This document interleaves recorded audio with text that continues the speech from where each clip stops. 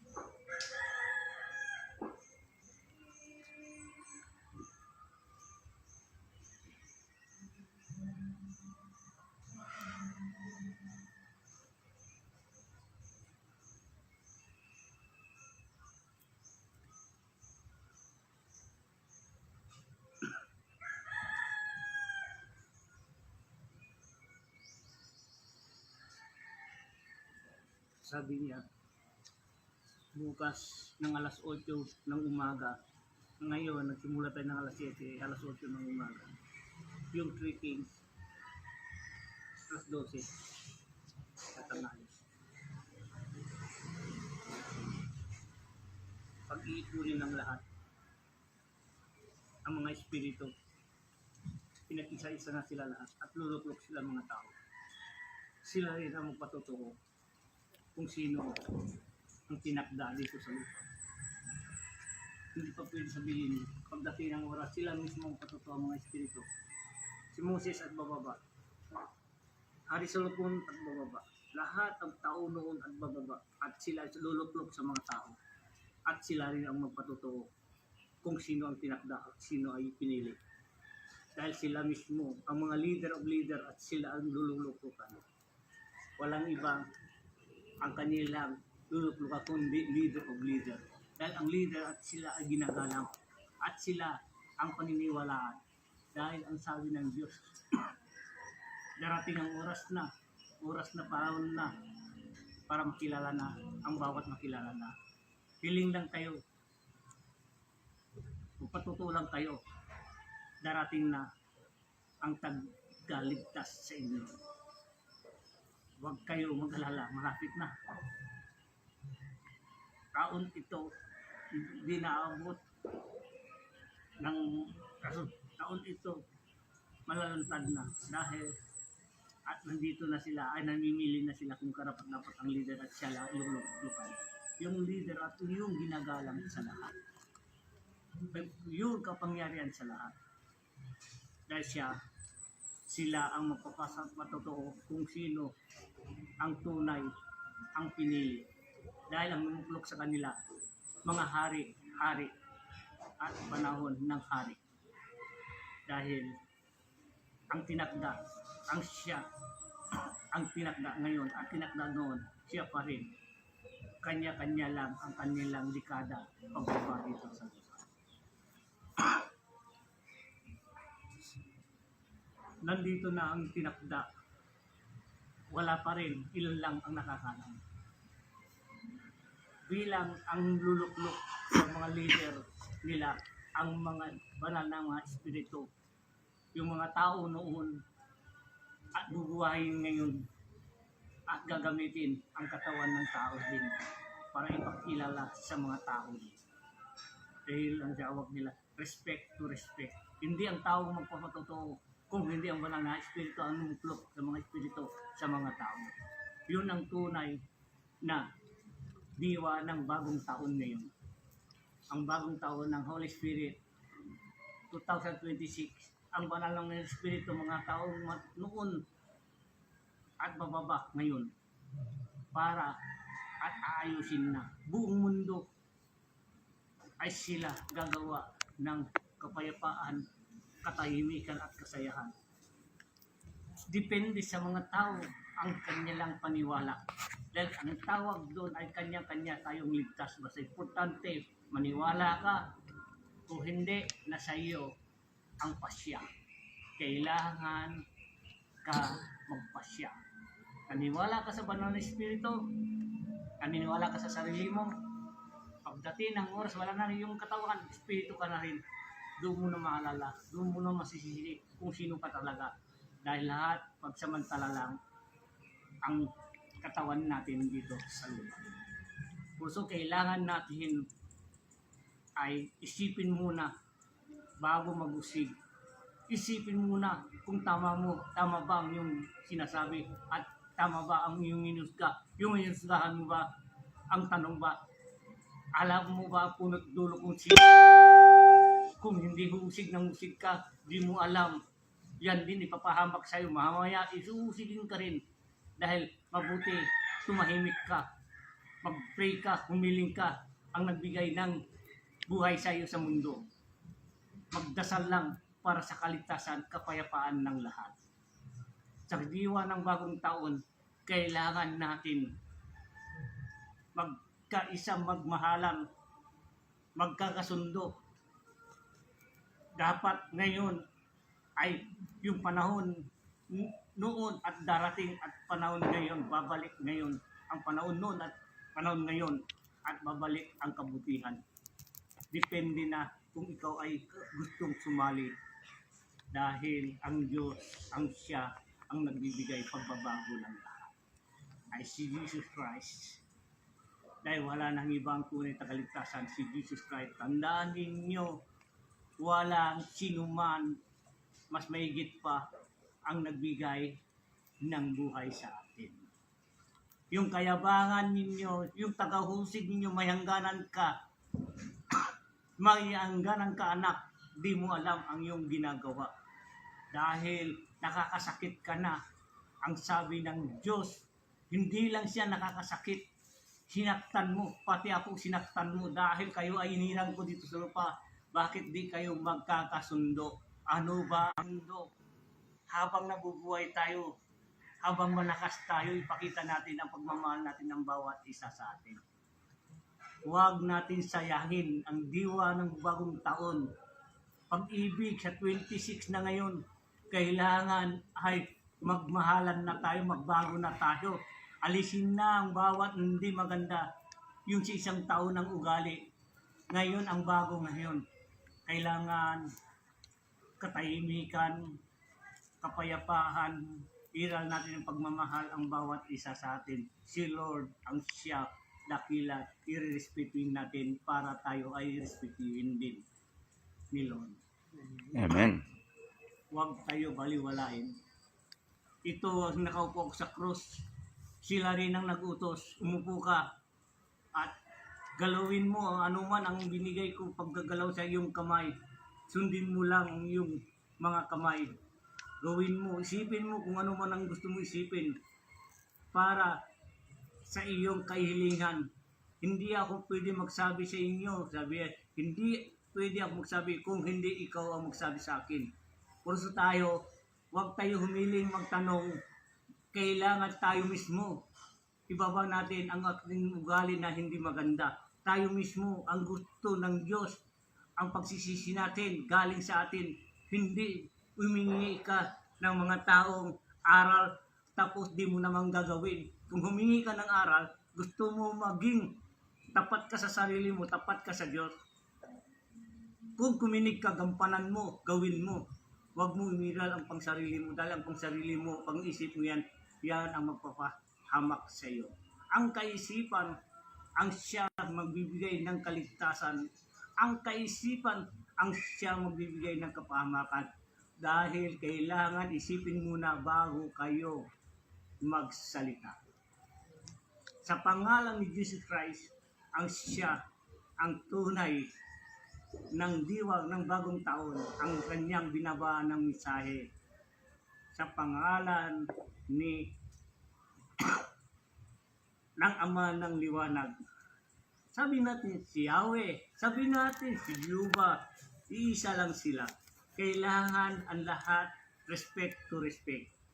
Basta importante, ang una ang binaba, ang anak ng Diyos. Ngayon, ang anak ng Diyos, ang Holy Spirit, ang siya magpapaliwanag, magpabago sa inyo para kasayaan, kapayapaan, kaginawahan. Ang siya tunay, tahimikan, kapayapaan ng pag-ibig. Ito ba ang inukuko, ang krus ni Jesus? Ibig sabihin, maraming gumalang dito. Dito rin ang tagaligtas. Ang masasamang espiritu ay natatakot dahil siya pa rin ang pagbabalik.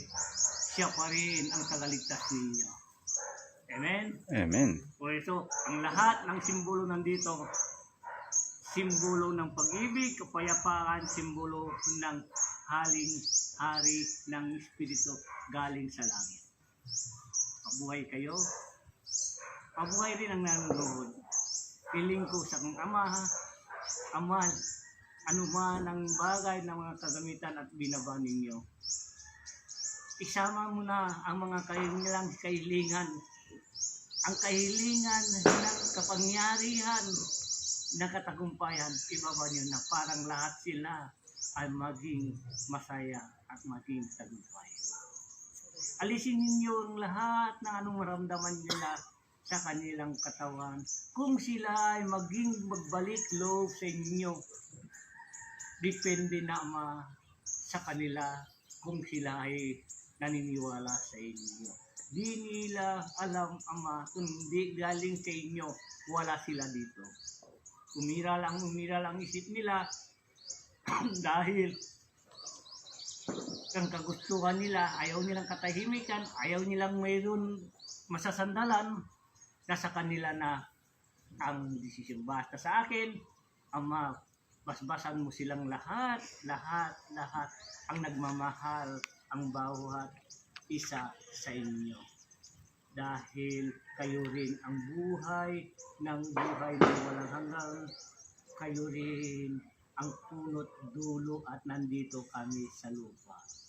Amen? Amen. So kailangan natin pag-ibig ng lahat nagkakaisa. Isang Diyos. Iisa ang nagbigay, naglikha sa atin.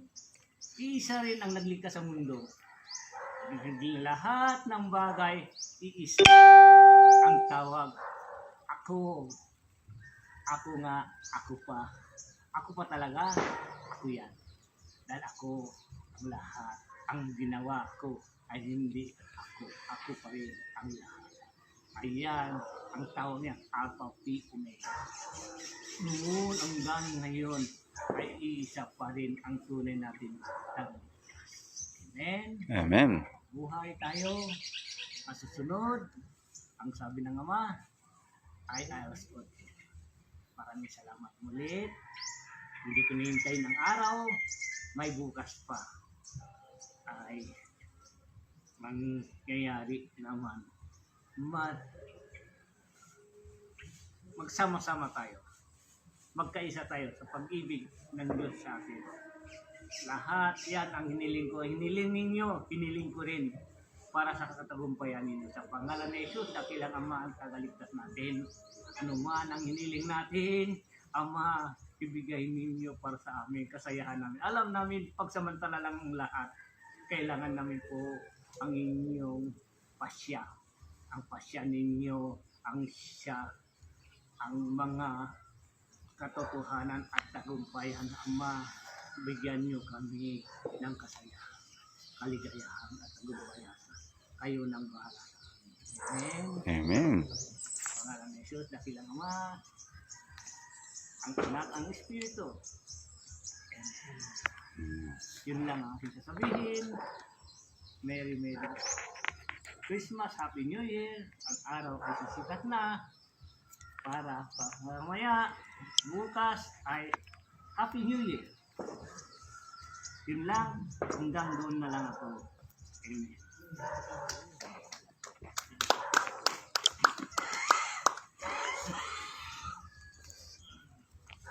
Okay, maraming salamat. Hindi ako pinatayo.